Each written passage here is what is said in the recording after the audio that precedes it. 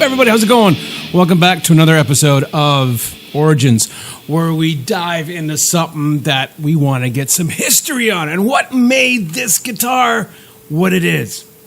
First of all, let me tell you, Randy Rhoads, most awesome, iconic metal player, derivative from the bands of Quiet Riot right down to Ozzy Osbourne. I mean, wow, just holy crap, you couldn't ask for a more awesome guitar player.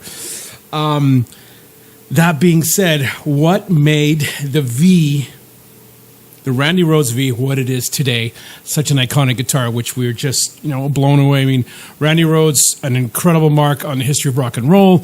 His musicianship still continues today, which is just phenomenal. And even though his work only exists on literally 5 albums, but yet wow. Going back a little bit with Randy Rhoads, you're wondering who he is. He cut his teeth in the 1970s in the LA music scene with band Quiet Riot. Later to be recruited by Ozzy Osbourne, the great Ozzy Osbourne from Black Sabbath, which ensured him, amazing fame and everything else in the spotlight, including his death in a plane crash in 1982, which, just crazy. Just it's one of those things that would made history and made its mark, kind of thing. Don't go in small planes. Leonard Skinner, Stevie Ray Vaughan, Helicopter. The Big Bopper and Richie Valens. I don't like small planes, man. Okay. Let's go back a little bit and discuss why we're here, which is this awesome Randy Rhoads guitar. A big shout out for first of all to Happy Cable. Yeah, and totally.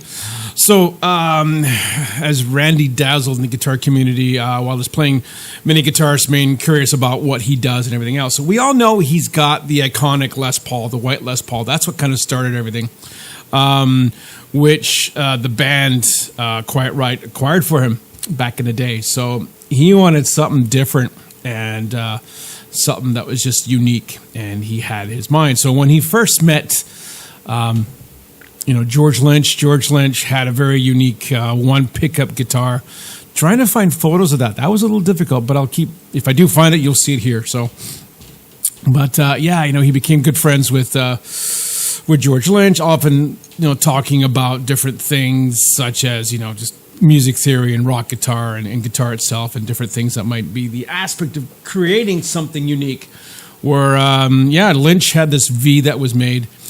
And Carl Sandoval, and of course Randy Jackson is involved in all this. So let's get this kind of started. Where once he met Lynch and saw the guitar, he was blown away by the way it looked. So he had the white guitar, which his bandmates Quiet Riot gave to him, right? Which he thought was made in '63, but apparently when he was on the road playing his first few shows in Europe. It was much, it was brought forth to his attention. Actually, it's a 72, not a 63. Revelations of this guitar collector, John J.T. Thomas, who was in the band Budgie, who actually is a renowned guitar enthusiastic, educated kind of guy, collector. And he's like, yeah, right now, Randy, right now, no, it's a 72, not a 63, Yeah, so a little bit of tidbit there that I didn't even know about, kind of thing. So the idea for the new guitar, of course, came much before joining Ozzy Osbourne and Blizzard of Oz, where he was doing the LA scene, kind of playing around and everything else, and he wanted to do something different. So in '79, Randy found himself gigging with his awesome best friend, later became from George Lynch. He was in the band Exciter. So a little history. Check out Exciter, George Lynch's thing. And he had this awesome V-shaped guitar with one pickup in it. And it kind of became that. So he was excited to play it. He was excited. He asked like 300 questions. Like, where was it made? And who did it? And local luthier Carl Sandoval, which later made the polka dot guitar with the cool headstock kind of thing. And Randy was just like, oh, this is just epic. I need to figure out what the heck is going on here.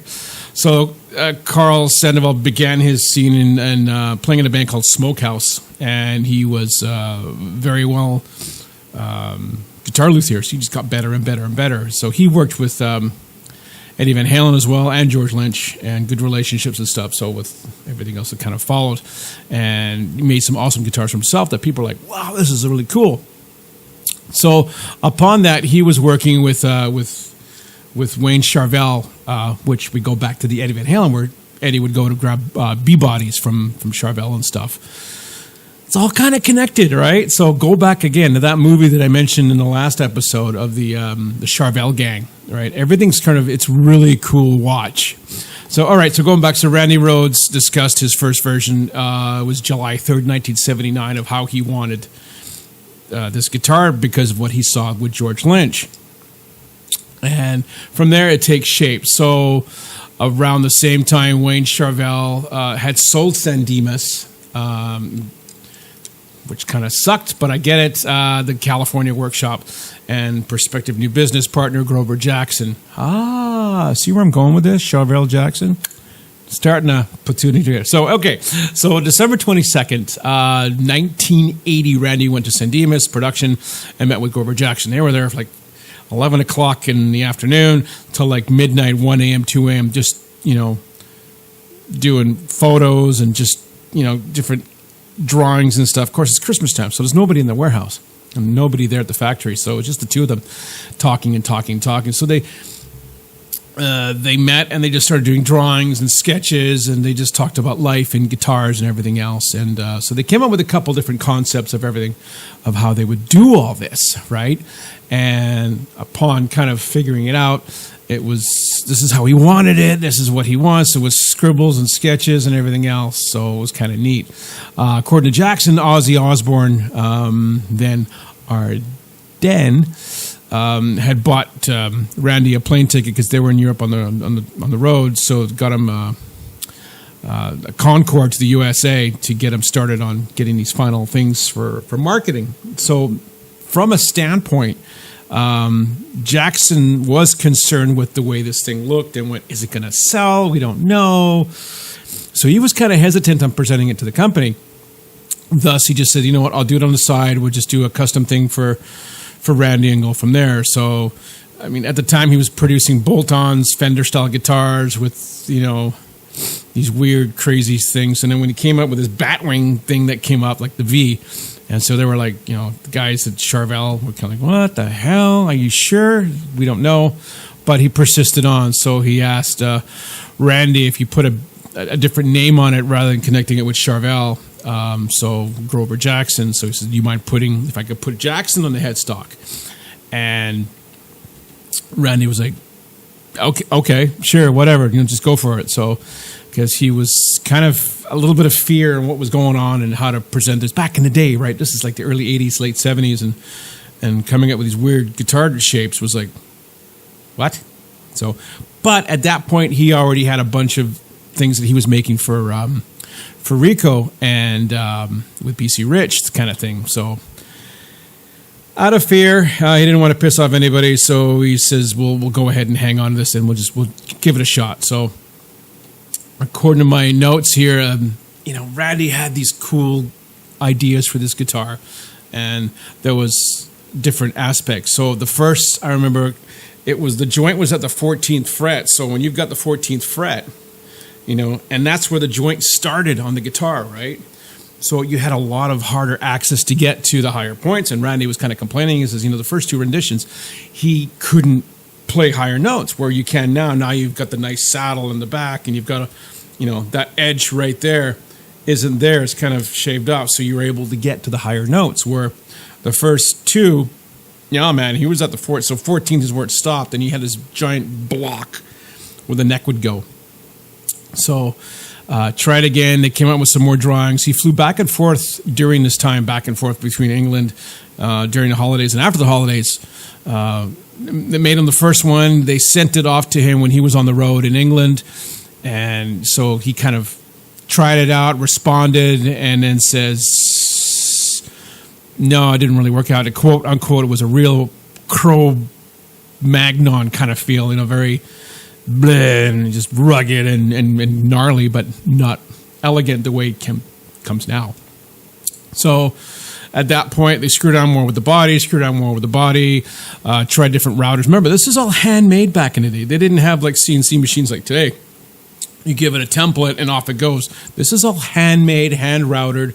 You're doing one-offs for Randy as you go, right? So Randy beveled the edges and did some more carving all by hand. At the same time, he was for Bernie Rico from BC Rich, and he kind of saw some of the ideas that Bernie was coming up with, so he kind of adapted to that thing. So beveled edges, as we see now, right? There's no sharpness, and everything had more of a sleek, slender feel to it. Granted, so a lot of the guys he did work with, one specific gentleman, Tim Wilson, who did a lot of the woodworking at the factory. Also remembers how big this guitar was, the first one that he sent out to Randy. Randy went, whoa, no, it's way too big, way too bulky, and things like that. So as the end result came, which was closer to the mid-80s kind of thing, and they kind of come up with the stuff where he wanted, so then it was pronounced a V shape, now that we had it, everything else was done. The frets were a Dunlop 6230s, which is much like the smaller fret wires from the standard Gibson back in the day kind of thing. And but they were kind of getting better. Fender started using it, and this is before the jumbo frets. So obviously more fret work, more times big, especially when Randy's playing it so much kind of thing. So Wilson, the gentleman who worked on this stuff, also recalls on how there was so much consideration to be involved with in comparison to today's standards, compound radiuses, and we didn't know that. So everything, again, shaved by hand to get the feel, thicker neck, smaller neck. You didn't have a lot of variations back in the day, which was tough. So as you got it, you got it. So today we're aware of the 25.5 radius on the necks and everything else. Where you had bulk guitars, it was just a thick neck, and you either liked it or you didn't like it. Even some of the earlier 60s and late 59s and 60, 61 Les Pauls, they're like baseball bats, man. They are, and they weigh a ton. There's so much wood there, but iconic in itself. So they had to find ways of coming around all this, and how do we adapt this into something new? So they ship it to Randy. Randy didn't like it, ship it back. March of 81, they finished the first prototype, which are in some photos, not too many. And you notice how big the body is, right? Didn't like it, sent it back, and it just became this back and forth thing for a first little while. Towards October 81, that's when Randy and Grover Jackson got it right. They were like, perfect, this is in. They had a debate and drawings, and they got everything finalized. So October-ish 81, finally finished it, and it had a simpler, more elegant body shape, and more access, right? Like the Gibson Vs back then, you had a lot more access. So hence a little bit of copying back and forth. They kind of finalized how they were going to get it, and that was the design. Despite the success of the design, Randy seemed a little hesitant to dive into it. The story goes where I remember Grover Jackson built a guitar for what was his name? He just recently passed away, and it was kind of weird where several guitar players that we know, they gave him a guitar, they built him a guitar, and automatically the guy used it live, right? So he'd play with it, and wham, the guy would use it live in front of 30,000 people. Randy was a little bit hesitant, where he'd look at it, pick it up, put it back in the case. A couple of days later, pick it up, look at it, feel it, put it back in the case. Never played it live yet, until he kind of got comfortable with it. Then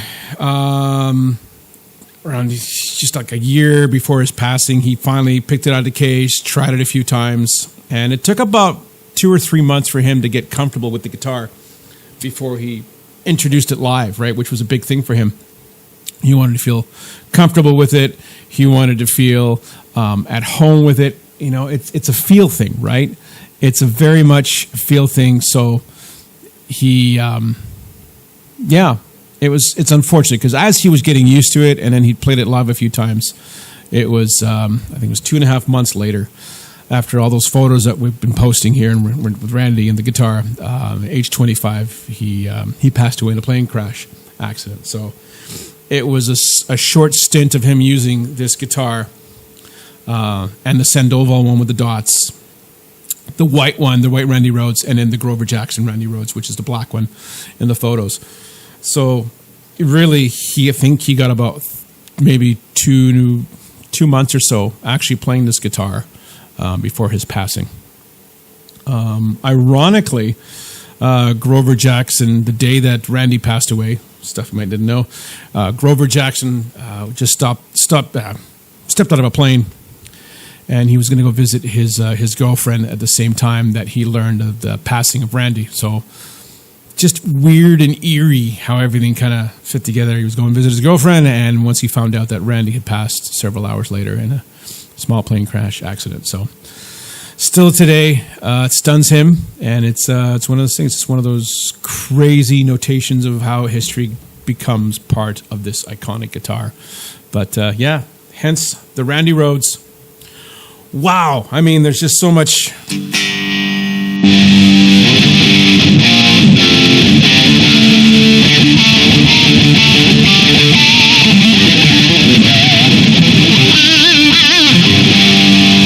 There's a lot of history still with Grover Jackson, which are still going strong, thanks to Fender taking them over. But yeah, there's the quick little information of how this guitar became so iconic in your bedroom walls and everything else, and everyone just loves them. Some Scotty and from Anthrax, notable players. Just there's so much stuff out there. But God rest his soul, Randy Rhoads. And this, Jeff Beck, that's the name I was looking for. So Jeff Beck, going back a little bit, he'd love just to grab a guitar and play it live no matter what. So Randy was a little bit more obscure and just a little bit more, I want to try it out. I want to see how it feels before I put it back, pick it up, put it back, pick it up, put it back. And quote from Grover that he just didn't feel comfortable with it at first. It took a while for him to warm up to the guitar. It was his design, but based on how everything was kind of put together. So, but as Grover Jackson says, I think he liked it. I think he did. Yeah. So anyway, there you go. There's some history on how this iconic Grover Jackson became the way it is.